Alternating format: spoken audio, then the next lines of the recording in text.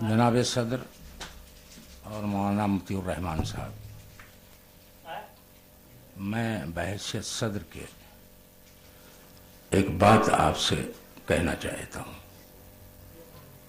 اور یہ ہے کہ یہ مناظرہ ہے۔ مناظرہ کے کچھ اصول ہوتے ہیں، کچھ قاعدہ و قانون ہوتے ہیں۔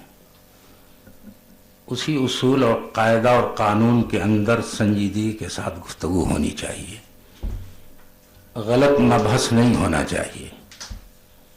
آپ کے کل باتوں کا جواب دیا جائے گا جب آپ کا وقت آ جائے گا۔ ہم سمجھتے ہیں کہ آپ نے جو سوالات قائم کیے ہیں اس کے جواب چاہتے ہیں، لیکن اس کا جواب دیا جائے گا جب اس کا وقت آ جائے گا۔ ابھی قرآن اندازی میں جب ہمارا وقت آیا ہے تو جب تک کہ ہمارے سوالات پورے نہیں ہو جاتے ہیں اس میں غلط مبحث نہیں ہونا چاہیے۔ بس اتنی سی میری گزارش ہے، اور جناب صدر صاحب سے کہ وہ بھی اپنے مناظر کو پابند بنائیں۔ آپ عالم ہیں اور بہترین عالم ہیں، تو آپ کو تو اس اصول سے واقفیت ہی ہے، اور مولانا کو بھی واقفیت ہے جو آپ کے مناظر ہیں، تو اسی اصول میں گفتگو ہونی چاہیے بس۔ بسم اللہ الرحمن الرحیم۔ آپ کی بات میں نے سن لی۔ آپ نے جو فرمایا کہ مناظرہ ہے، اصول مناظرہ کے تحت مناظرہ ہونا چاہیے، تو جس موضوع پر گفتگو ہو رہی ہے، مولانا احمد رضا خان صاحب کی تکفیر، یہ پہلا موضوع، اور وہ فہرست جو وہ ہے مولانا احمد رضا خان صاحب کی چھاپی ہوئی ہے، اسی پر حکم تکفیر لگایا گیا ہے، اور یہی موضوع چل رہا ہے۔ اس کے ضمن میں جو دوسری باتیں آئیں اس کا آنا ضروری تھا، بغیر اس باتوں کے آئے ہوئے وہ مبحث پورا نہیں ہو سکتا تھا۔ وہ ہمارے سوالات محض معارضے کے طور پر تھے۔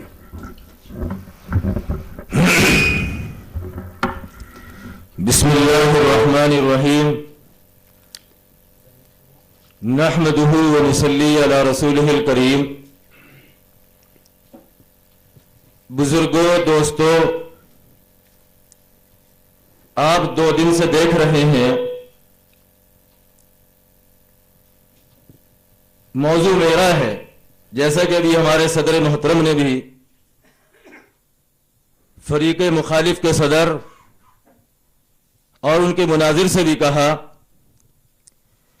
کہ شرائط مناظرہ کی حدود میں رہ کر ہی مناظرہ کیا جائے، خلط مبحث نہ کیا جائے۔ لیکن وہ 2 دن سے برابر خلط مبحث کرتے ہوئے آ رہے ہیں۔ آج تیسرا دن ہے، اس کا پتہ تھوڑی دیر کے بعد چل جائے گا کہ وہ آج صحیح لائن پر آتے ہیں یا آج بھی خلط مبحث کرتے ہیں۔ ہمارے اور ان کے درمیان ایک معاہدہ ہوا، اور معاہدہ بھی کوئی زبانی نہیں، تحریری معاہدہ ہوا کہ ان حدود اور قیود کے اندر رہ کر ہم مناظرہ کریں گے۔ لیکن آپ بھی یہ محسوس کر رہے ہوں گے کہ 2 دن سے برابر وہ ان شرائط کی دھجیاں اڑا رہے ہیں۔ آج آخری دن ہے، فائنل دن ہے۔ میں قطعاً ان کو اس چیز کی اجازت نہیں دوں گا کہ وہ خلط مبحث کرے، میرے موضوع کے اندر مداخلت کرے، میں اس کو قطعاً برداشت نہیں کروں گا۔ ہمارے ان کے درمیان جب ایک بات طے ہو گئی تھی کہ جب موضوع آپ کا ہوگا آپ بات کریں گے، جب موضوع میرا ہوگا تو میں بات کروں گا۔ ہمارے ان کے درمیان یہ معاہدہ ہوا کہ جس کا موضوع پہلے نکل جائے گا اس کو بات کرنے کا حق ہوگا۔ ہمارے ان کے درمیان 4 موضوع طے ہوئے، دو ان کی طرف سے، دو ہماری طرف سے۔ ہمارا پہلا موضوع تھا مولانا احمد رضا خان صاحب بریلوی اپنے عقائد اور عبارات کی روشنی میں کافر۔ دوسرا ہمارا موضوع تھا مولانا احمد رضا خان صاحب بریلوی گستاخ رسول، گستاخ امہات المومنین، گستاخ صحابہ ہیں۔ ان کے دو موضوع تھے۔ ان کا ایک پہلا موضوع یہ تھا حفظ الایمان کی عبارت، دوسرا موضوع تھا امکان کذب، براہین قاطعہ کی عبارت۔ ہم میں یہ طے نہیں ہو پایا کہ ابتدا کون کرے گا، شروعات کون کرے گا۔ جب ہم میں زبانی یہ طے نہ ہو پایا، تحریری شکل میں ہم دونوں نے مل بیٹھ کر یہ طے کیا کہ قرآن دازی کر لی جائے، جس کے نام کا قرآن نکل جائے گا، پہلا حق اپنے موضوع کو اٹھانے کا اس کا ہوگا۔ الحمدللہ ثم الحمدللہ، جب قرآن دازی ہوئی تو قرآن دازی میں ہم کو یہ حق حاصل ہوا کہ ہم اپنا موضوع اٹھا کر، ہمارا جو پہلا موضوع تھا کہ احمد رضا بریلوی اپنے عقائد اور عبارات کی روشنی میں کافر ہے، مولانا احمد رضا خان صاحب بریلوی اپنے عقائد اور عبارات کی روشنی میں کافر ہیں، ہم نے جیسے اس پر بات شروع کی انہوں نے خلط مباحث شروع کر دیا۔ آپ بھی یہ جانتے ہیں کہ امتحان کے اندر مختلف پرچے ہوتے ہیں، جغرافیہ کا بھی پرچہ ہوتا ہے، سائنس کا بھی پرچہ ہوتا ہے۔ جغرافیہ الگ موضوع ہے، سائنس الگ موضوع ہے۔ اگر آپ جغرافیہ کے پرچے میں سائنس کی باتیں کریں گے، یہ سائنس کے پرچے میں جغرافیہ کی باتیں کریں گے، اسی کو تو خلط مبحث کہتے ہیں۔ موضوع میرا ہے تو مجھ کو یہ حق ہے، میں بھی جغرافیہ کا پرچہ کر رہا ہوں، ان کو سائنس کا موضوع نہیں چھیڑنا چاہیے۔ جب موضوع ان کا آئے گا، ان کو سوالات کرنے کا مکمل حق ہوگا کہ وہ خوب سوالات کرے، جتنا ان کا جی چاہے خوب سوالات کرے۔ انشاءاللہ ثم انشاءاللہ ان کے ایک ایک سوال کا جواب دوں گا۔ ایسا نہیں کہ ہمارے پاس ان کے سوالات کے جوابات نہیں ہیں، ہمارے پاس جوابات ہیں، لیکن ہم ابھی جوابات دینے کے مکلف نہیں۔ جب ان کا موضوع ہوگا وہ ہم سے سوال کریں گے، انشاءاللہ ان کے ایک ایک بات کا جواب دیا جائے گا۔ اس لیے مفتی مطیع الرحمان صاحب آپ خلط مبحث نہ کریں، اب یہ موضوع میرا ہے۔ ابھی مولانا احمد رضا خان صاحب بریلوی کی تکفیر کا مسئلہ چل رہا ہے، ابھی میں نے بہت ساری دلیلیں دی، ان میں سے آپ نے میری کسی بات کا جواب نہیں دیا ہے۔ میں نے سب سے پہلے مولانا احمد رضا خان صاحب بریلوی کا جو ترجمہ ہے کلام پاک اور اس کے ساتھ میں جو فہرست مضامین لگی ہوئی ہے، میں نے وہ پیش کی۔ مائک کو چھوڑتے ہیں تو پھر وہ آواز ہی نہیں کیسے کرتے۔ میں نے سب سے پہلے آواز ہی کیچ کر رہا، میں نے سب سے پہلے مولانا احمد رضا خان صاحب بریلوی کا جو ترجمہ کلام پاک ہے اس کے ساتھ میں جو فہرست مضامین لگی ہوئی ہے اس کو پیش کیا، اور میں نے یہ دعویٰ کیا کہ وہ فہرست مضامین مولانا احمد رضا خان صاحب بریلوی کی ہے، اور اب بھی میرا یہی دعویٰ ہے کہ وہ فہرست مضامین مولانا احمد رضا خان صاحب بریلوی کی ہے۔ ایسا نہیں کہ میں اپنے دعوے سے دستبردار ہو گیا ہوں، لیکن ہوا کیا، جب میں نے یہ دعویٰ کیا اور ہمارے فریق مخالف مناظر کو کوئی راستہ نہ مل سکا تو ہمارے فریق مخالف نے رضا اکیڈمی والوں کو ذمہ دار بنایا اولاً، اور کہا کہ رضا اکیڈمی کا مالک وہ ہماری جماعت کا کوئی ذمہ دار عالم نہیں، چلیے غیر ذمہ دار ہوگا، لیکن جب وہاں سے بھی پیچھا نہ چھوٹا، اس بات سے بدل گئے، پھر کہا کہ یہ تو پاکستانی کا کارنامہ ہے۔ انہوں نے پاکستان والوں کا عکس لے کر اس کو شائع کیا ہے۔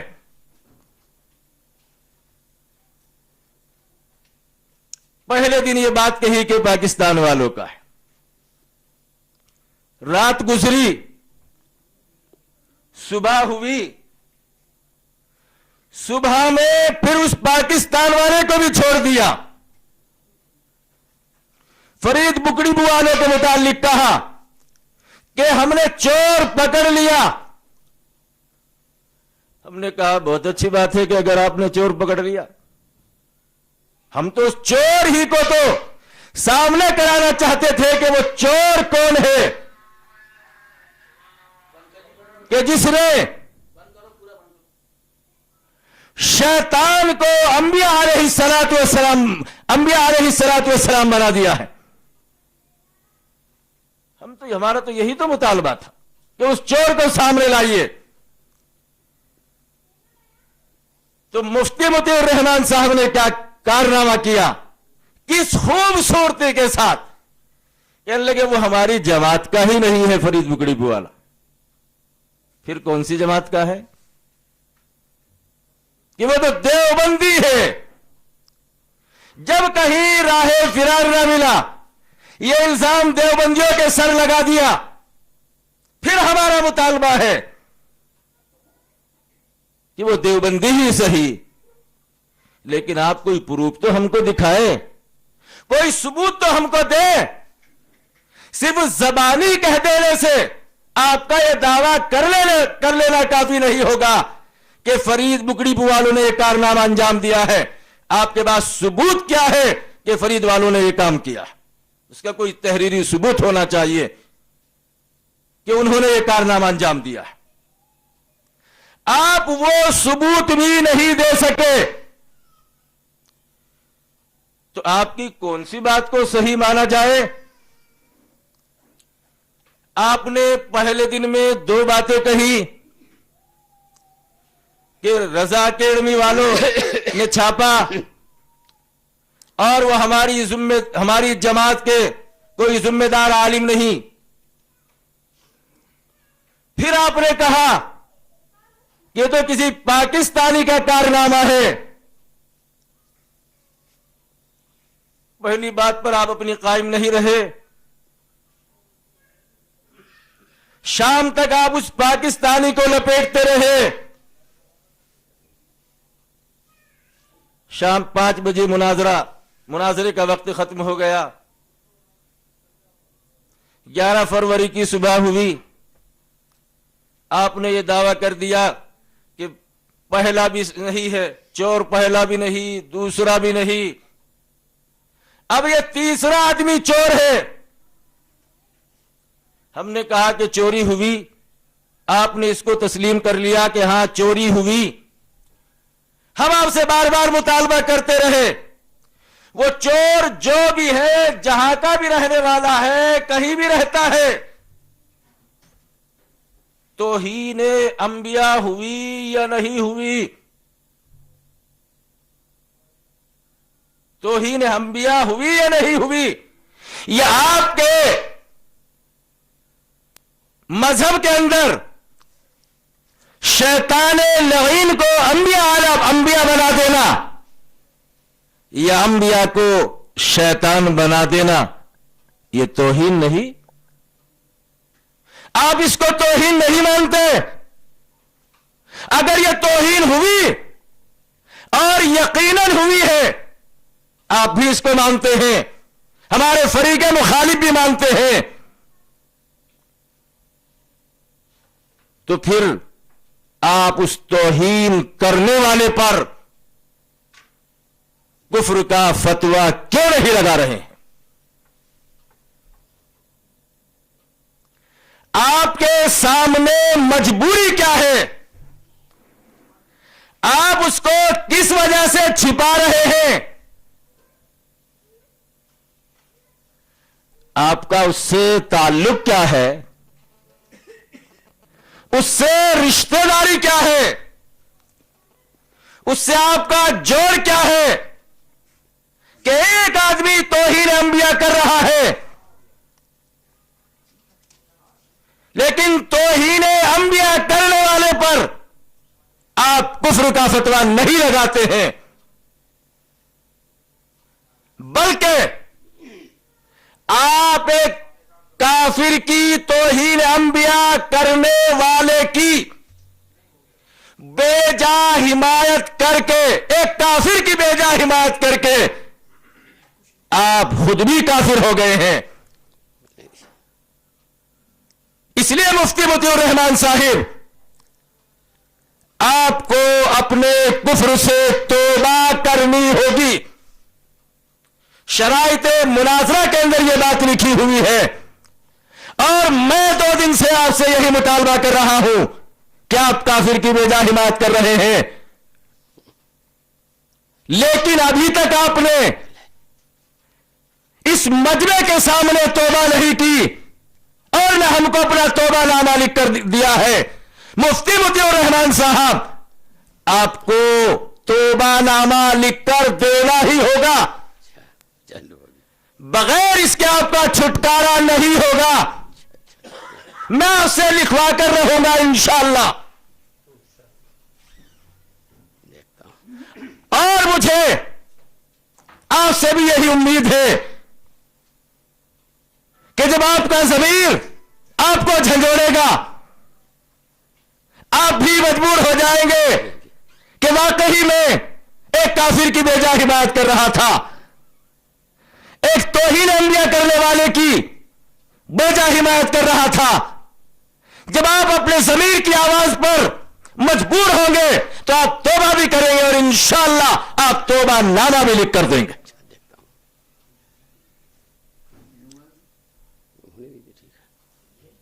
کہہ رہے تو مفتی مطیع الرحمان صاحب بات جہاں سے شروع ہوئی تھی ابھی تک آپ نے وہ چور صاف نہیں کیا ہے، چور نہیں بتایا۔ اس لیے آپ پر ضروری ہے کہ آپ اس چور کو اس مجمع عام کے سامنے لائے اور بتائے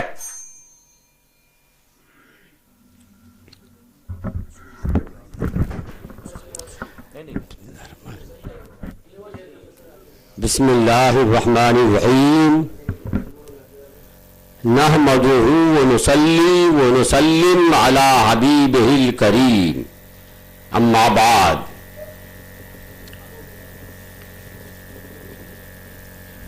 حضرات، مخالف اسٹیج کے صدر جناب مولانا عبد المالک بھوجپوری اور دوسرے ان کے ساتھ معاون حضرات، ابھی بات آپ کے اسٹیج سے آئی کہ شرائط مناظرے کے مطابق ہی گفتگو ہونی چاہیے، مناظرے میں مناظرے کے وصول کی پابندی لازمی ہے، مگر 2 دن گزر گئے، آپ کے اسٹیج سے خود وصول مناظرے کی، شرائط مناظرے کی دھجیاں اڑاتی جا رہی ہیں۔ یہ آپ لوگوں نے جو شرائط طے کیے تھے اس کے نمبر 9 میں ہے کہ ہر فریق پر خود اس کے اکابر کی کتابیں حجت ہوں گی۔ اس پر آپ لوگ سب دستخط کر چکے ہیں۔ ہمارے مخالف مناظر مولانا نذر محمد صاحب قاسمی نے بھی اس پر دستخط کیا ہے، اور دونوں فریق نے بھی دستخط کیے ہیں۔ ہر فریق پر خود اس کے اکابر کی کتابیں حجت ہوں گی۔ تو کیا آپ پر آپ کے اکابر، جن میں سر فہرست مولانا اشرف علی تھانوی ہیں، وہ آپ کے اکابر نہیں؟ ان کی بات آپ کے لیے حجت نہیں ہے؟ یا اعلان کیجئے پہلے آپ کہ وہ ہمارے اکابر نہیں، ہم ان کو اپنا بزرگ نہیں مانتے ہیں، اور اگر وہ آپ کے بزرگ ہیں، اکابر ہیں، تو ان کی کتابیں آپ کے لیے حجت ہیں، آپ کے اپنے اقرار سے بھی. اور جب حجت ہیں تو آپ کے ان اکابر نے اپنی اپنی کتابوں میں، جیسا کہ میں نے پرسوں ہی کتابیں آپ کو دکھائیں، حوالے آپ کے سامنے رکھے، کہ انہوں نے اعلیٰ حضرت رضی اللہ تعالیٰ عنہ کو نہ صرف مسلمان بلکہ اپنے امام بنانے کی تمنا کی، خواہش ظاہر کی، اور کہا کہ ہم ان کے پیچھے نماز پڑھ لیں گے. جب آپ کے اکابر نے اعلیٰ حضرت کو مسلمان کہا ہے، امام کہا ہے، اور آپ کی تحریر سے یہ ثابت ہے کہ آپ کے لیے وہ حجت ہے، تو آپ پہلے اقرار کیجئے کہ اعلیٰ حضرت رضی اللہ تعالیٰ عنہ مسلمان ہیں اور قابل امامت ہیں، آپ ان کی اقتداء کر سکتے ہیں. یہ اقرار کیجئے. ایک دوسرا یہ اقرار کیجئے کہ ان کے خلاف ہم تقریر کر کے یہاں مناظرے کے اسٹیج پر اعلیٰ حضرت کو کافر کہہ کر شرائط مناظرے کی خلاف ورزی کی. آپ اس کا اقرار کیجئے اور مجھے تحریر لکھ کر دیجئے کہ یہ ہم سے غلطی ہو گئی ہے، آئندہ ایسی غلطی نہیں کروں گا، غلطی آئندہ ایسی نہیں ہوگی. آپ نے تو شرائط مناظرہ کی دھجیاں خود اکیڑ دی ہیں، آپ نے خود اس پر دستخط کیا ہے اور یہ لکھا ہے کہ اکابر کی کتابیں ہمارے خلاف حجت ہوں گی. تو یا تو آپ اقرار کیجئے کہ یہ ہمارے اکابر نہیں ہیں، یا پھر انکار کرتے ہیں، اس بات کا اقرار نہیں کرتے، انکار کرتے ہیں اور کہتے ہیں کہ وہ ہمارے اکابر ہیں، ان کی کتابیں حجت ہیں. تو پھر آپ اعلیٰ حضرت رضی اللہ تعالیٰ عنہ کو مسلمان کہیے، اور اس مسلمان نہیں کہہ کر کافر کہا تو آپ یہ کہیے کہ ہم سے غلطی ہوئی، ہم توبہ کرتے ہیں، آئندہ اس طرح کی کوئی حرکت نہیں کریں گے. مولانا میٹھا میٹھا احباب، پہلے اپنے گھر کی خبر لیجئے. ارے اعلیٰ حضرت کا ایمان تو وہ ایمان ہے کہ ساری دنیا تو تسلیم کرتی ہی ہے، آپ کے اکابر بھی تسلیم کرنے پہ مجبور ہو گئے، مجبور ہو کر انہوں نے مانا کہ اعلیٰ حضرت رضی اللہ تعالیٰ عنہ نہ صرف مسلمان بلکہ امام ہونے کے لائق ہیں. اور میں نے آپ کو کل بھی بتایا تھا کہ امام ہونے کے لیے کیا کیا خوبیاں لازم ہیں، تو آپ کے بزرگوں نے اعلیٰ حضرت کو ان تمام خوبیوں کا حامل مان لیا، کہہ دیا کہ وہ نہ صرف مسلمان ہیں بلکہ قابل امامت بھی ہیں. حضرات، شرائط مناظرہ کی خلاف ورزی کر کے آپ نے شرائط مناظرہ کی خلاف ورزی کر کے اس مناظرے میں آپ نے ثابت کر دیا، واضح کر دیا کہ ہم یا تو خود اپنا لکھا ہوا جو کچھ ہے وہ نہیں سمجھتے ہیں، اور غالباً یہی بات ہوگی جیسا کہ کل آپ نے اپنی کتاب میں جو کچھ لکھا ہے وہ سمجھے بغیر اپنی کتاب میں الملفوظ کے حوالے سے آپ نے لکھا تھا، سمجھے بغیر ہی لکھ دیا ہے، اس لیے اعتراض کر رہے تھے. تو اغلب یہ ہے کہ آپ اپنا لکھا خود بھی نہیں سمجھے ہیں، اسی لیے میں آج آپ کو سمجھا دوں کہ خود آپ کے لکھے ہوئے کا مطلب کیا ہے. لکھ رہے ہیں آپ، ہر فریق پر خود اس کے اکابر کی کتابیں حجت ہوں گی، یعنی ہم بریلویوں پر اعلیٰ حضرت رضی اللہ تعالیٰ عنہ جو ہمارے اکابر میں ہیں ان کی کتابیں حجت ہوں گی، اور آپ پر آپ کے اکابر جیسے مولانا اشرف علی تھانوی، مولانا رشید احمد گنگوہی، مولانا یعقوب صاحب اور مولانا قاسم نانوتوی، مولانا اسماعیل صاحب، ان لوگوں کی کتابیں آپ پر حجت ہیں. انہوں نے جو لکھ دیا ہے اس کا ماننا آپ پر لازم ہے، اور انہوں نے یہ لکھ دیا ہے کہ اعلیٰ حضرت مسلمان ہیں تو آپ پر ماننا لازم ہے. اگر آپ نہیں مان رہے ہیں اعلیٰ حضرت کو مسلمان تو اس کا واضح مطلب یہی ہوا کہ یہ آپ کے اکابر غلط کار تھے، غلط کرنے والے تھے، غلط لکھنے والے تھے، اس لیے آپ اپنے اکابر سے دامن چھڑا رہے ہیں اور اپنے اکابر کا دامن چھوڑ رہے ہیں. حضرات، بات نکلی، آپ نے انہوں نے جو بات کہی تھی، مولانا آپ کے اسٹیج سے جو بات کہی گئی تھی کہ اعلیٰ حضرت کافر ہیں اس لیے کہ انہوں نے یہ فہرست بنا کر انبیاء کی توہین کی ہے. میں نے اس کا جو جواب دیا وہ سب محفوظ ہے CD میں نے جو جوابات دیے اور کل میں نے ثابت کر دکھایا تحریری طور پر کہ وہ اعلیٰ حضرت رضی اللہ تعالیٰ عنہ کی بنائی ہوئی فہرست نہیں ہے. ہمارے علماء نے ہماری ذمہ داری دیکھیے اور اپنے گریبان میں منہ جھانک کے دیکھیے آپ. ہمارے علماء نے جب دیکھا کہ یہ غلط چیز ہے, اعلیٰ حضرت کی طرف لوگ غلط منسوب کر رہے ہیں, تو ہمارے علماء نے اس کا اعلان چھاپ کر کیا اپنی کتابوں میں کہ یہ غلط ہے, یہ غلط ہے, یہ غلط ہے. یہ اعلیٰ حضرت کا بنوایا ہوا نہیں ہے, اعلیٰ حضرت کا بنوایا ہوا بھی نہیں ہے اور غلط بھی ہے, اس کا صاف اعلان کیا. اور جن لوگوں نے اس کو چھاپا تھا ان لوگوں کو ڈانٹا, تنبیہ کی. اس ڈانٹنے اور تنبیہ کرنے کے نتیجے میں ان لوگوں نے اپنے غلط طریقے سے چھاپنے پر خود پابندی لگا دی اور پھر اس کی تصحیح کر کے ان لوگوں نے چھاپا. تو ثابت ہو گیا کہ اعلیٰ حضرت رضی اللہ تعالیٰ عنہ کا کے ترجمے کے ساتھ جو وہ فہرست شائع ہوئی ہے وہ اعلیٰ حضرت رضی اللہ تعالیٰ عنہ کی بنائی ہوئی نہیں ہے. اور اسی بنیاد پر آپ اعلیٰ حضرت کو کافر کہہ رہے تھے تو یہ بنیاد بھی آپ کی ختم ہو گئی.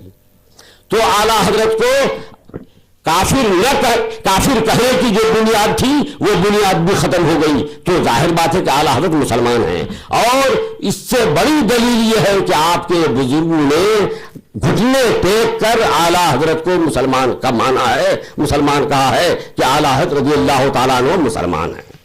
حضرات کل انہوں نے جو اور باتیں کی تھیں ان باتوں کے تعلق سے اعلیٰ حضرت پر انہوں نے دوسرا الزام لگایا تھا. میں نے اس کا بھی کل جواب دے دیا تھا. ایک الزام یہ لگایا تھا کہ خود اعلیٰ حضرت نے احکام شریعت میں حدیث نقل کی ہے کہ قیامت کے دن لوگ باپ کے نام سے پکارے جائیں گے. پھر دوسری جگہ اعلیٰ حضرت نے خود یہ لکھا ہے کہ ماں کے نام سے پکارے جائیں گے. تو انہوں نے کہا تھا کہ اعلیٰ حضرت نے حدیث کو ٹھکرا کر اپنی بات کہی ہے, اس لیے حدیث کی خلاف ورزی بھی ہوئی اور رسول اللہ کی توہین بھی ہوئی.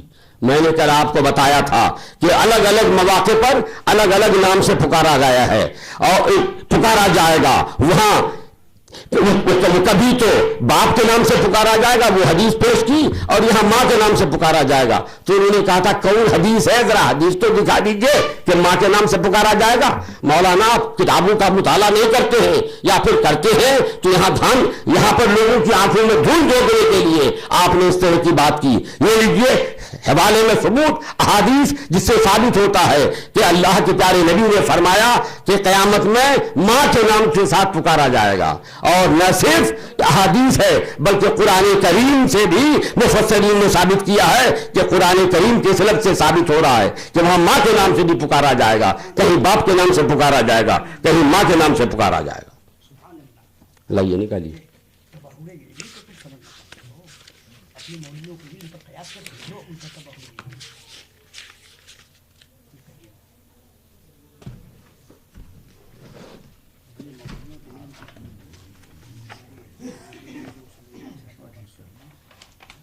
یہ نہیں میں بتا رہا ہوں, جلد نمبر ہے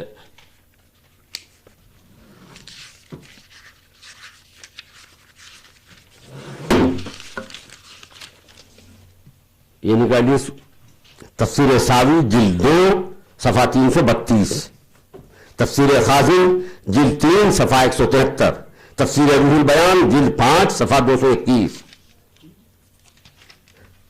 تفسیر روح البیان دیجیے جلد 5 صفحہ 221.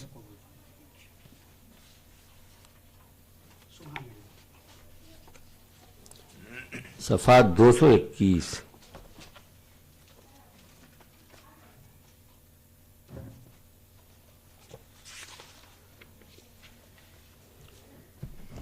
قرآن کریم میں ہے یوما ندعو کل اناس بامامہم, سورہ بنی اسرائیل آیت نمبر 71. اس کی تفسیر میں لکھتے ہیں المراد بہی الامہات, تفسیر ساوی میں, لأن الامام جمع ام کا خفاف جمع خف فیناد الخلق بامہاتہم فیقال یا ابن فلانا سطرن علی ولد الزنا و رعایت حق عیسیٰ و اظہار شرف الحسن والحسین. اور دیکھیے یہ تفسیر ہے، تفسیر روح البیان، اس کے صفحہ 221 پر ہے. لکھتے ہیں الامام جمع ام کا خف و خفاف والحکمت فی دعوتہم و امہاتہم اجلال عیسیٰ علیہ السلام و تشریف الحسنین رضی اللہ عنہما اذ فی نسبتہما یلا امہما اظہار و انتصابہما یلا رسول اللہ صلی اللہ علیہ وسلم نسبا بخلاف نسبتہما یلا ابیہما والسطر علی اولاد الزنا. اور آگے ہے کئی وہ تفصیل کے بعد فرماتے ہیں کہ وَيَنْصُرُهُ مَا رَوَيَ عَنْ عائشہ رضی اللہ تعالی عنہا وابن عباس رضی اللہ تعالی عنہما ان النبی صلی اللہ علیہ وسلم قال ان اللہ يدعو الناس یوم القیامت بأمہاتہم سطرا منہ علی عبادہ. تو قرآن کریم اور احادیث سے ثابت ہو گیا کہ قیامت میں ماں کے نام کے ساتھ بھی پکارا جائے گا. تو باپ کے نام سے بھی پکارا جائے گا جیسا حدیث میں ہے، ماں کے نام سے بھی پکارا جائے گا. میں نے کل بتایا تھا کہ جب کہیں باپ کے نام سے پکارا جائے گا کہیں ماں کے نام سے پکارا جائے گا. مولانا کتاب کا مطالعہ کیجئے، کچھ پڑھ کے آئیے مناظرے میں آتے ہیں تو. اور یہی یہاں یہ ذرا سا دیکھ لیا، اعتراض شروع کر دیا.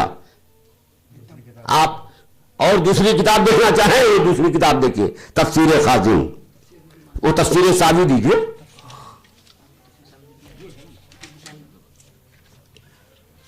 تفسیر ساوی جلد 2 صفحہ 332.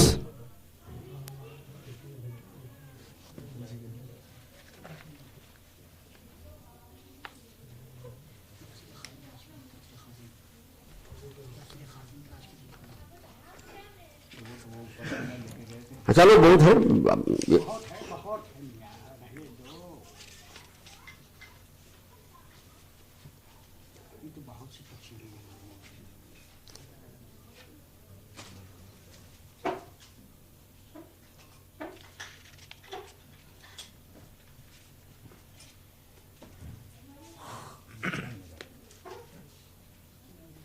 کون سی جلدی ہے؟ جلد نمبر 2 صفحہ 332.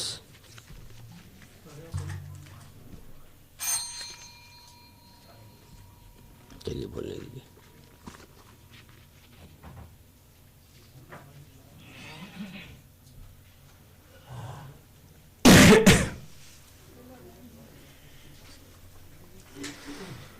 بسم اللہ الرحمن الرحیم.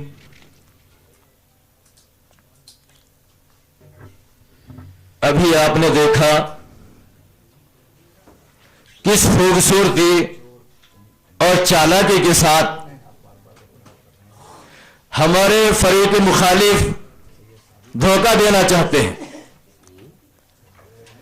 پہلی گزارش میری مفتی مطیع الرحمان صاحب سے یہ ہے، میری طرف متوجہ ہو جائیے. آپ پہلے تھوڑا اپنا لب و لہجہ بدلیں. میں آپ کے مد مقابل ہوں، آپ کا شاگرد نہیں. آپ اپنا انداز بدلیے. میں نے کل بھی آپ کو اس بات پر ٹوکا تھا کہ جو انداز آپ اختیار کر رہے ہیں وہ مجھے بھی آتا ہے. جس زبان میں آپ بات کر رہے ہیں وہ زبان مجھے بھی آتی ہے. تو آپ اپنے انداز کو بدلے، سنجیدگی اور متانت کے ساتھ بات کریں. مناظرے کے آداب کو سمجھ کر بات کریں.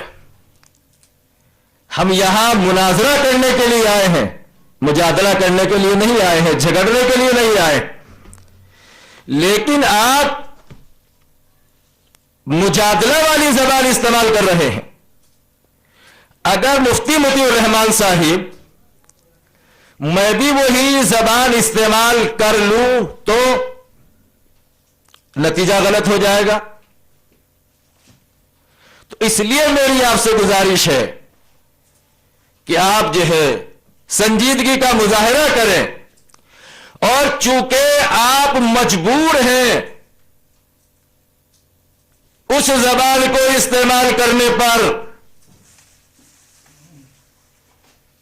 چونکہ آپ خود بھی محسوس کر رہے ہیں کہ ہم شکست کی طرف جا رہے ہیں، ہم نے جو کفر کا پھندا گلے میں ڈالا تھا ابھی تک آپ اس کو نہیں نکال سکے، اور انشاءاللہ ثم انشاءاللہ صبح قیامت تک نہیں نکل سکے گا۔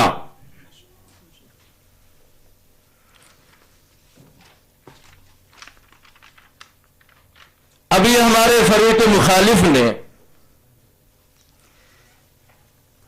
آپ کو شرائط مناظرہ کی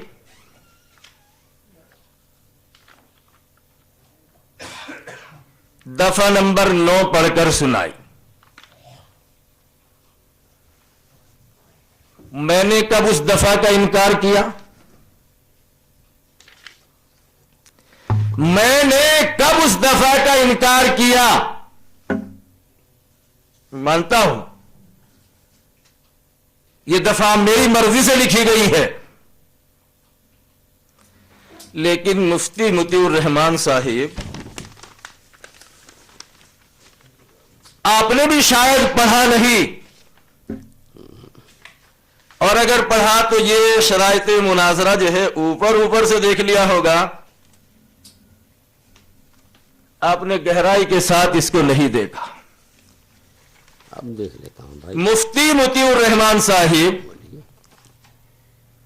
یہ جو دفعات لکھی ہوئی ہیں شرائط مناظرہ کی، اس میں مجھے آپ ذرا یہ دکھائیے کہ میں نے کہیں یہ لکھا ہے کہ ہمارے اکابر نے ان کو کافر کہا ہے؟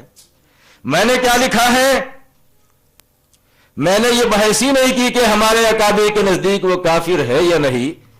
میں نے تو شرائط مناظرہ کے اندر اپنی طرف سے جو موضوع لگایا وہ کیا ہے؟ وہ اپنے عقائد اور عبادات کی روشنی میں کافر ہیں۔ ہمارے بزرگوں کا تو کوئی مسئلہ ہی نہیں آیا، وہ تو ایک الگ بحث ہے کہ کون ان کو کافر مانتا ہے، کون ان کو کافر نہیں مانتا۔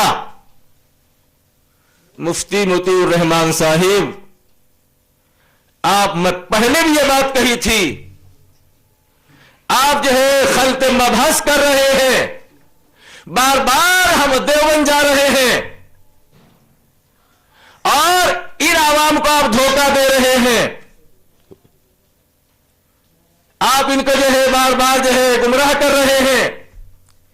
شرائط مناظرہ کے اندر یہ بات تحریری شکل میں موجود ہے، ہمارے اور ان کے درمیان جو شرائط طے ہوئے وہ ان کے پاس بھی موجود ہے، ہمارے پاس بھی موجود ہے، اور لکھنے والا میں نہیں، لکھنے والے مولانا فخر الدین صاحب ہیں۔ میں بیٹھا ہوا تھا، میں ان کو بتا رہا تھا جو کچھ لکھا گیا ہم دونوں کے مشورے سے لکھا گیا۔ تو جب ہم دونوں کے مشورے سے لکھا گیا تو دونوں کا اتفاق، لیکن آپ بار بار دیوبند جو جا رہے ہیں اس میں ہم نے یہ طے کیا، دونوں نے یہ بیٹھ کر بات طے ہوئی، ہم کو دیوبند بھی جانا ہے، بریلی بھی جانا ہے۔ دیوبند بھی دونوں کا کام ہے، بریلی بھی دونوں کا کام ہے۔ اختلاف یہاں آ کر ہو گیا کہ پہلے دیوبند جایا جائے یا پہلے بریلی جایا جائے۔ ہم میں اور ان میں اس بات کو لے کر اتفاق نہیں ہو سکا کہ پہلے دیوبند چلے وہاں کا کام نمٹائے، یا بریلی چلے اور وہاں کا کام نمٹائے۔ جانا دونوں جگہ تھا۔ پھر ہم دونوں کی مرضی سے یہ طے ہوا کہ قرآن اندازی کر لی جائے کہ اگر دیوبند کے نام کا قرآن نکلتا ہے تو دیوبند چلیے، بریلی کے نام کا قرآن نکلتا ہے تو بریلی چلیے. ہم کو تو پہلا کام بریلی کا ہے, آپ کہتے ہیں ہم کو پہلا کام دیوبند کا ہے. دونوں میں اتفاق ہو گیا. جس کے نام کا قرآن نکل جائے گا اس کی مرضی سے چلا جائے گا. الحمدللہ ثم الحمدللہ.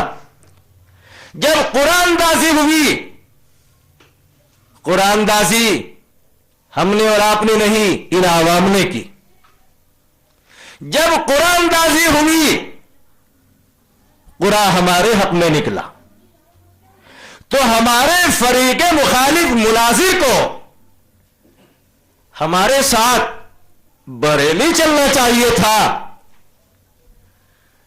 لیکن وہ ہم کو بریلی چھوڑ کر دیوبند بھاگ رہے ہیں.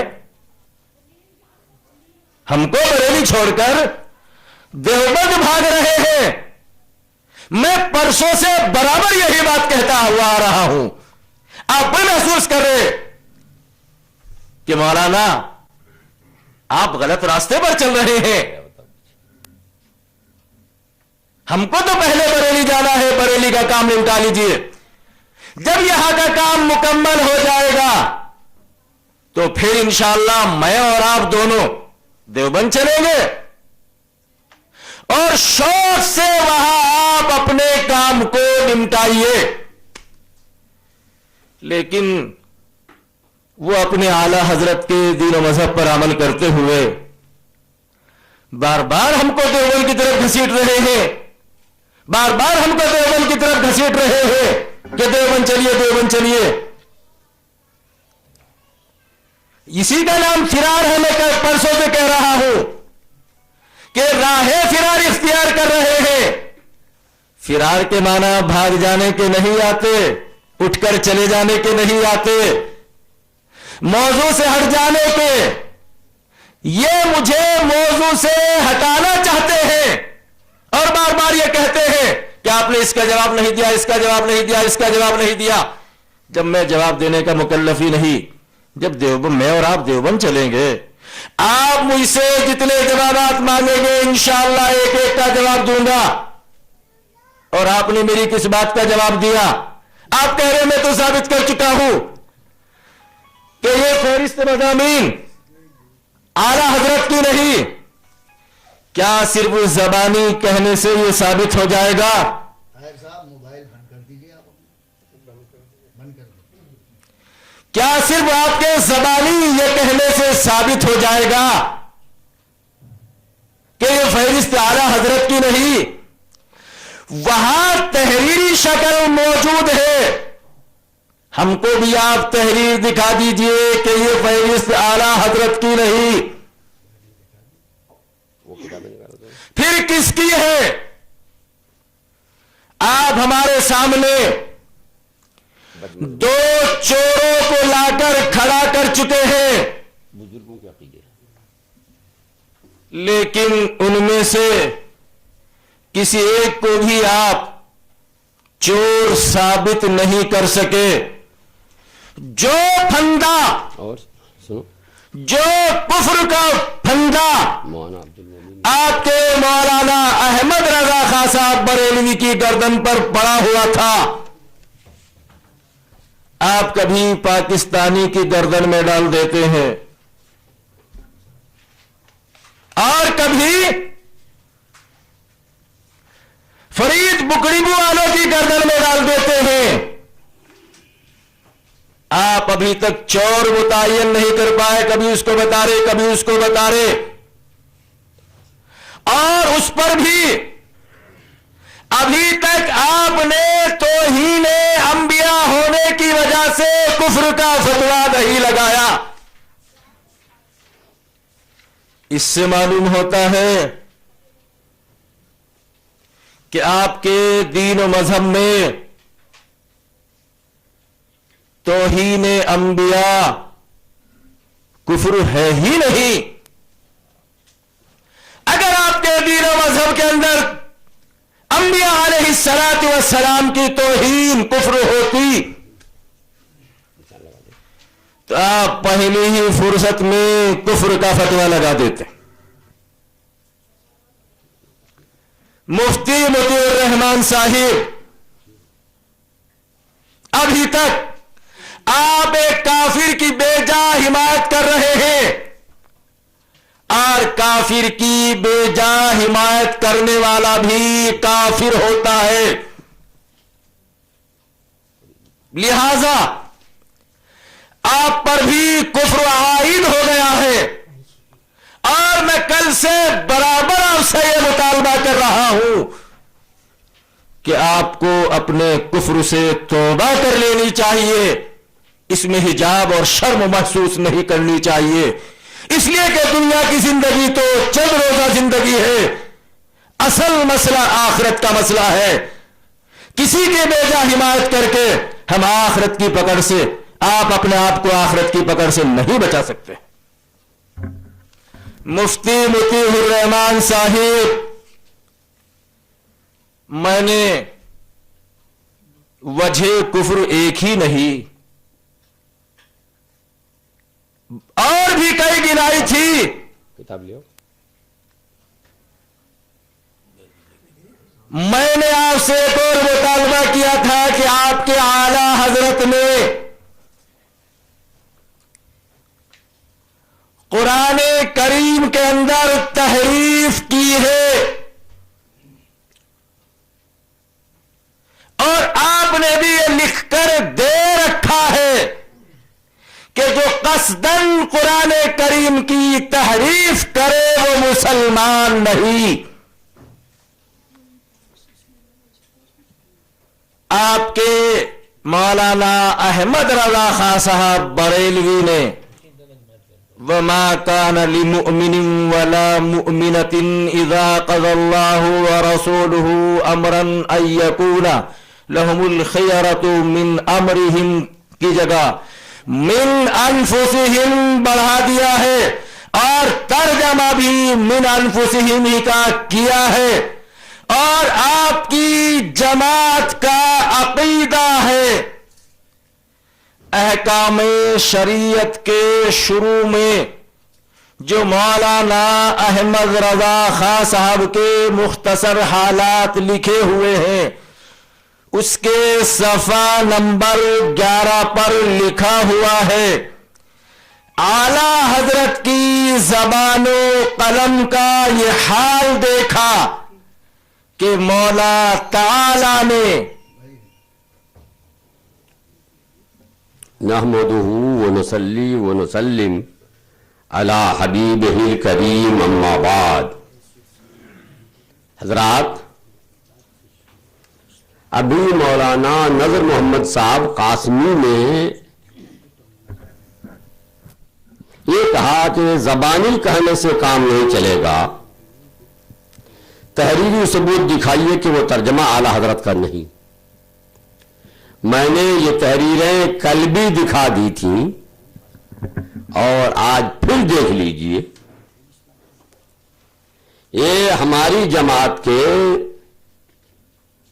عالم ذمہ دار مفتی جلال الدین امجدی صاحب نے اپنی کتاب بزرگوں کے عقیدے میں لکھا ہے،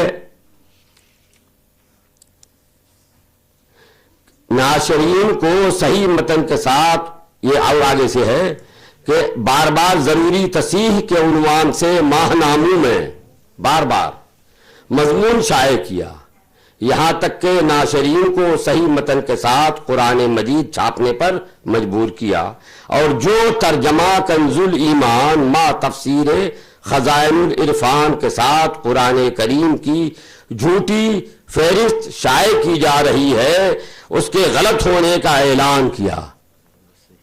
یہ تو بار بار ہماری طرف سے اعلان ہو چکا ہے، اور یہ تو ایک کتاب میں خود قرآن کریم کا جو ترجمہ اعلی حضرت کا جب غلطی کا ہم کو علم ہوا کہ صاحب لوگ ایسا ایسا کر رہے ہیں اور یہ غلط فہرست بنا کر اعلی حضرت کے ترجمے کے ساتھ ملا کے دھندا چلا رہے بدنام کرنے کے لیے، تو ہم نے اس کا بار بار اعلان کیا دوسری کتابوں میں بھی، اور خود قرآن کریم کا جو نسخہ چھاپا گیا بعد میں رضا اکیڈمی والوں کو بتایا گیا، تو اس میں بھی ہم نے یہ لکھ دیا ہے، البتہ مضامین قرآن کی فہرست قدیم نسخوں میں کہیں نہیں ملی، بلکہ 20-25 سال پرانے نسخوں میں بھی نہ تھا، نہ ناشرین قرآن نے اپنی طرف سے اس کا اضافہ کیا، اور یہ فہرست کس کی مرتبہ ہے اس کی بھی کوئی نشاندہی نہیں کی۔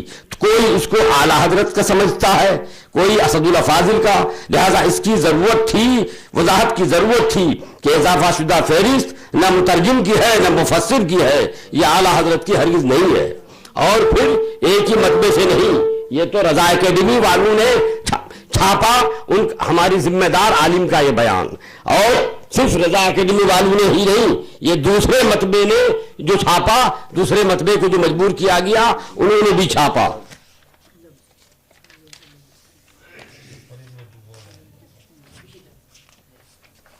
یہ دیکھیے اس میں ہے، یہ فرید بک ڈپو والوں کا ہے، فرید بک ڈپو والوں کو بھی چھاپنے پہ مجبور کیا کہ ہمارا یہ بیان چھاپو کہ یہ اعلیٰ حضرت کا نہیں ہے، اور فرید بک ڈپو والوں نے بھی آخر میں چھاپا۔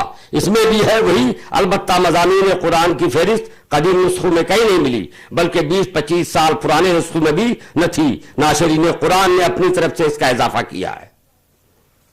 حضرات انہوں نے کہا ہے کہ صاحب میرے بارے میں کہ میں اعلیٰ حضرت کے دین و مسلک پر عمل کرتے ہوئے پرسوں سے چلا آ رہا ہوں۔ الحمدللہ پرسوں ہی سے نہیں، میں تو برسوں سے ہی اعلیٰ حضرت کے دین و مسلک پر عمل کر رہا ہوں۔ مولانا نظر محمد صاحب پہلے اپنے بزرگوں کے مسلک پر عمل کرتے تھے، ایک زمانے تک عمل کرتے ہوئے آئے، اور جب یہاں گر گئے مناظرے میں تو انہوں نے مولانا اشرف علی کا دامن چھوڑ دیا اور اپنے دوسرے بزرگوں کا دامن چھوڑ دیا، اور کل تو دیکھا آپ نے کہ ان کا دامن چھوڑ کے خود اپنا دامن جو سنبھالا تھا، خود اپنا دامن بھی چھوڑ کے بھاگ گئے، اپنی کتاب کے خلاف بھی کہہ گئے۔ تو یہ اپنے بزرگوں کا مسلک چھوڑنا یہ ان کا کام ہے۔ الحمدللہ ہم اپنے بزرگوں کے مسلک پر چل رہے ہیں۔ مولانا نظر محمد صاحب نے جملہ کہا اس سے پہلے، ان کا جملہ یہ ہے، ہم نے جو کفر کا پھندا گلے میں ڈالا تھا وہ قیامت تک نہیں نکلے گا۔ یہ ان کے الفاظ ہیں، ہم نے جو کفر کا پھندا گلے میں ڈالا تھا۔ بھئی آپ کفر کا پھندا گلے میں ڈالیے، مت نکالیے، قیامت تک رکھنے دیجیے اپنے پاس۔ حالانکہ چاہیے کہ آپ کے گلے میں کفر کا پھندا اگر غلطی سے آپ نے ڈال لیا ہے تو اتار کے پھینک دینا چاہیے، لیکن آپ رکھنا چاہتے ہیں، آپ کو مبارک ہو، ہم کو اس سے کوئی اعتراض نہیں ہے۔ حضرات انہوں نے کل بار بار کہا کہ ہم نے چور پکڑ لیا ہے، چور کو جکڑ رکھا ہے، بار بار کہہ رہے تھے۔ جب چور کو آپ نے پکڑ لیا، جکڑ رکھا ہے، تو ظاہر بات ہے جس کو پکڑ کے جکڑ رکھا ہے تو جانتے ہیں کون ہے وہ، تو بتا دو بھائی، آپ ہی بتا دو کہ کون ہے۔ جب آپ نے چور کو پکڑ لیا ہے، جکڑ کے رکھا ہے، تو چور تو آپ کے پاس ہے، پکڑ آپ نے، ہم نہیں پکڑ پائے، لیکن اگر آپ نے پکڑ لیا ہے، جکڑ کے رکھا ہے، تو آپ اس کو سامنے لا دیجئے، اسی پر جو کچھ ہونا ہوگا۔ آپ اس کو پکڑ جکڑ کر کے گھر میں بند کر کے کیوں رکھے ہیں؟ سامنے لائیے، اس چور کو سامنے لائیے آپ، مگر چور کو سامنے نہیں لا رہے ہیں، پکڑ کے جکڑ کے گھر میں رکھے ہوئے ہیں۔ تو گھر میں رکھتے ہیں تو بھوکا تو ہوگا نہیں، کھلا رہے ہیں، پلا رہے ہیں، کاہے کو خرچ کر رہے ہیں بھائی؟ ان کو سامنے لائیے اور ہم بھی دیکھ لیں کہ وہ چور جس کو پکڑ لیا آپ نے وہ کون ہے۔ حضرات آپ نے دیکھا کہ میں نے قرآن کریم کی تفسیر کے حوالے سے یہ دکھا دیا کہ قیامت میں ماں کے ناموں کے ساتھ بھی امت پکاری جائے گی، اور حدیث بھی نقل کر دی میں نے، وہیں سے وہ تفسیر میں حدیث بھی نقل کی ہے۔ تو قرآن بھی کہہ رہا ہے اور حدیث بھی کہہ رہی ہے، اور تفسیر میں قرآن کریم کی اسی بات کی وضاحت ہے جو قرآن کریم میں، کہ قیامت میں ماں کے ناموں کے ساتھ لوگ پکارے جائیں گے۔ حدیث میں یہ بھی ہے کہ باپ کے نام کے ساتھ پکارے جائیں گے، تو حدیث میں بھی ہوا، قرآن میں بھی ہوا۔ باپ کے نام کے ساتھ بھی ہوا، ماں کے نام کے ساتھ بھی ہوا، اور اعلیٰ حضرت نے یہی کیا ہے کہ ایک جگہ وہ باپ کا تذکرہ کیا ہے، ایک جگہ ماں کا تذکرہ کیا ہے. جیسے اللہ کے رسول کی دو حدیثیں ہیں، ایک حدیث میں باپ کا تذکرہ ہے، ایک حدیث میں ماں کا تذکرہ ہے. تو اعلیٰ حضرت نے حدیث کے مطابق کیا. جو حدیث کے مطابق چیز ہے اس کو کل بار بار یہ کہہ رہے تھے کہ یہ حدیث کے خلاف ہے اور یہ کفر ہے، کہ یہ کفر ہے. تو جو چیز حدیث میں ہے وہ کفر کیسے ہو گئی؟ اس کا مطلب کہ حدیث کی بات ان کے نزدیک کفر ہے. اور حدیث فرمائی ہے اللہ کے پیارے نبی جناب محمد رسول اللہ صلی اللہ علیہ وسلم نے، تو اس کا مطلب کہ رسول اللہ نے کفر کیا، معاذ اللہ معاذ اللہ. مولانا کل آپ نے ایک کفر کا ارتکاب اللہ کے نبی کو کفر کا مرتکب کر کر پھر ایک نئے کفر کا ارتکاب کر لیا ہے. اب تک تو توق جو آپ نے اپنے گلے میں ڈالا تھا وہ تو ہے ہی، ایک توق آپ نے مزید اور ڈال لیا اپنے گلے پر. بھائی میں نے نہیں ڈال دیا آپ کے گلے پر، آپ نے اللہ کے نبی کو کل کفر کا مرتکب کہہ دیا. اور اللہ کے نبی کو کفر کا مرتکب جو کہے گا، ذرا غور فرمائیے، جو اللہ کے نبی کو کفر کا مرتکب کہہ دے، اگر وہ اعلیٰ حضرت کو کافر کہے تو کوئی تعجب کی بات نہیں ہے. جس کے قول سے اللہ کے نبی کافر ہو رہے ہیں، وہ اگر اعلیٰ حضرت کو کہے تو اعلیٰ حضرت تو نبی کے غلام ہیں، غلاموں کے غلام ہیں. تو جو نبی کو نہیں بخشے وہ اعلیٰ حضرت کو کیا بخشے گا؟ حضرات، مولانا نے جو دعویٰ کیا تھا پہلے دن پہلی تقریر میں کہ اعلیٰ حضرت کافر ہیں، اس لیے کہ انہوں نے یہ فہرست بنائی، اور ثابت ہم نے کر دیا تقریراً بھی تحریراً بھی کہ وہ فہرست اعلیٰ حضرت کی نہیں ہے. تو اعلیٰ حضرت کو کافر کہنا ان کا غلط ہو گیا، اور جب غلط ہو گیا بلا وجہ انہوں نے اعلیٰ حضرت کو کافر کہا. پھر کہ وہ فہرست کس نے بنائی مجھ کو معلوم ہو نہ ہو، مولانا کو معلوم ہے، اس لیے کہ مولانا نے اس فہرست بنانے والے کو جکڑ کے پکڑ کے رکھا ہے. تو جو کسی کو جکڑ کے پکڑ کے رکھے گا اس کو تو معلوم ہوگا ہی. تو مولانا کو معلوم ہے کہ یہ چور کون ہے، مگر اس کے باوجود انہوں نے چور کو چھپا کے رکھا اور اعلیٰ حضرت کو کافر کہا، اعلیٰ حضرت پر کفر کا الزام دیا. تو وہ جانتے ہوئے بھی کہ اعلیٰ حضرت چور نہیں ہے، اعلیٰ حضرت نے کفر نہیں کیا، پھر بھی اعلیٰ حضرت کو کافر کہا. اور جو جان بوجھ کر کسی مسلمان کو کافر کہے وہ خود کافر ہو جاتا ہے، جیسا کہ حدیث پاک میں ہے. اس لیے مولانا پھر کافر ہو گئے، اور ان کی حمایت جو لوگ کریں گے وہاں جاننے سوچنے کے بعد ان پر بھی یہی حکم ہوگا. اس لیے مولانا پہلے آپ توبہ کر لیں اس کفر سے، اور تجدید ایمان تجدید نکاح کیجئے، اور ہم کو بھی لکھ کر دے دیجئے، ہم تاکہ سند رہے ہم کو بھی لکھ کر دے دیجئے. آج آپ کو لکھ کے دینا ہوگا، گلو خلاصی کی کوئی صورت نہیں. آپ اگر اس سے انکار کرتے ہیں تو اس کا مطلب یہ ہے کہ آپ بھاگ رہے ہیں. بھاگنے کا معنی یہی ہے جو آپ نے بتایا ہے کہ آپ مناظرے کی جو شرائط ہیں وصول ہیں اس کی خلاف ورزی کر رہے ہیں. مولانا آپ بھاگ رہے ہیں، بھاگنے کا کوئی راستہ آپ کو میں نہیں، کوئی راستہ میں آپ کے لیے کھلا نہیں چھوڑوں گا، بلکہ نہیں چھوڑا ہے، ہر راستہ آپ کا بند کر دیا ہے. اب آپ کو مجبور ہیں کہ آپ اپنے کفر کا اعلان کیجئے، توبہ تجدید ایمان تجدید نکاح کا اعلان کیجئے، اور اقرار کیجئے کہ امام احمد رضا فاضل بریلوی رضی اللہ تعالیٰ عنہ مسلمان ہیں، اور نہ صرف مسلمان ہیں بلکہ قابل امامت ہیں، جیسا کہ آپ کے بزرگوں نے بھی اس کا اعتراف کیا ہے اور اپنی اپنی کتابوں میں لکھا ہے کہ اعلیٰ حضرت رضی اللہ تعالیٰ عنہ مسلمان ہیں، ان کے پیچھے نماز پڑھی جا سکتی ہے. مولانا یوں کہنے سے نہیں ہوگا.